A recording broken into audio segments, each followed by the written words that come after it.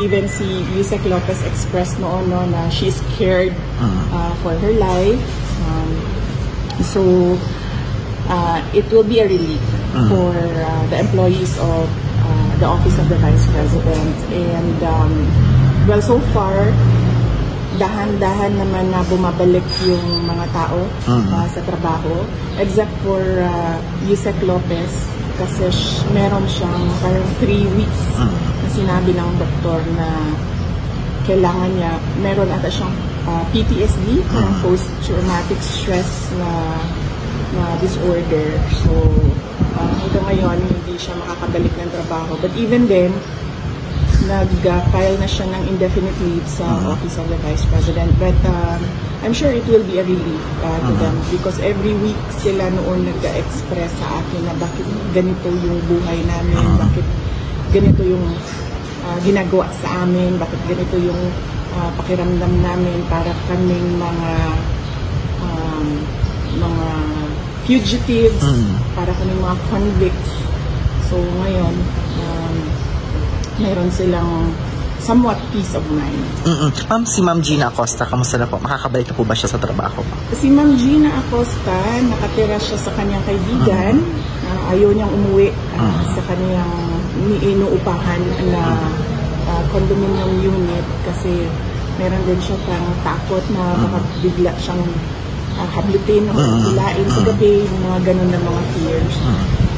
But nakita na kami sa office, and then sabi niya kung pwede daw na dahan-dahan siyang bumalik kasi gusto niya daw makita ng mga kasamahan niya sa Office of the Vice President na okay lang siya.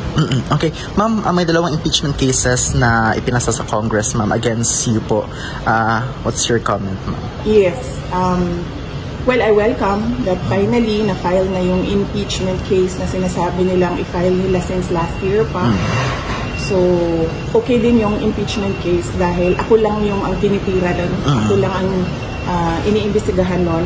Ako lang ang inaatake ng impeachment case. Hindi nakasali yung mga kasamahan ko sa Office of the Vice President and yung mga dati kong kasama sa Department of Education. So, at least kung meron tayong impeachment case, masagot na ang final kung ano yung mga inaakusa nila sa akin. Ma'am, yung subpoena ng NBI, pupunta po ba kayo on December 11, ma'am, to attend nung papatawag na sa inyo, ma'am? Pagkakaintindi ko sa explanation ng mga abogado ko sa investigation ng NBI, ay pwede namang hindi pumunta. Yun ang explanation nila dahil pwede naman mag-submit na lang daw ng sulat or affidavit, depende sa akin, decision or position paper. So, hindi din ako makapunta kasi, well, unang-una na yan, tapos pangalawa, meron kaming Thanksgiving na mga activities sa December 11. And pangatlo, after ng Thanksgiving activities namin, ay pauwi din ako dito sa Davao City para maglibing ng uncle. Ma'am, may isinagawa ang VP Sara Ride ng weekend, ma'am, in Davao and Cebu and other areas, ma'am, sa buong bansa. Ano yung sasabi na sa suporta ng mga tao sa inyo at sa OVP, ma'am? Oo, nagpapasalamat ako sa suporta, sa patuloy. Nagpapasalamat ako sa patuloy na suporta ng ating mga kababayan sa akin, sa mga kasamahan ko sa Office of the Vice President and sa opisina ng pangalawang Pangulo ng ating bansa.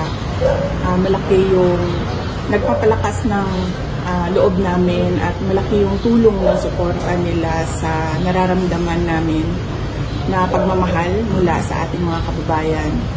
At humingi ako ng pasensya sa stress, lalo na sa mga senior citizens. Marami akong nakakasalamuha or na nakikita sa daan na nagsasabi sa akin na nasistress kami sa ginagawa sa iyo.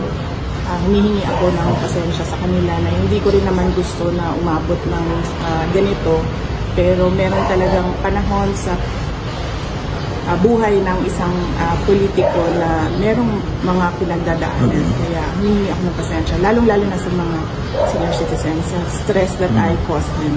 Ma'am, one last. Nagpahayag yung INC, ma'am, na magsiset sila ng rally to support yung inisyu na statement ni Pangulong Bongbong Marcos na hindi dapat na i-pursue ang impeachment against po sa inyo, ma'am.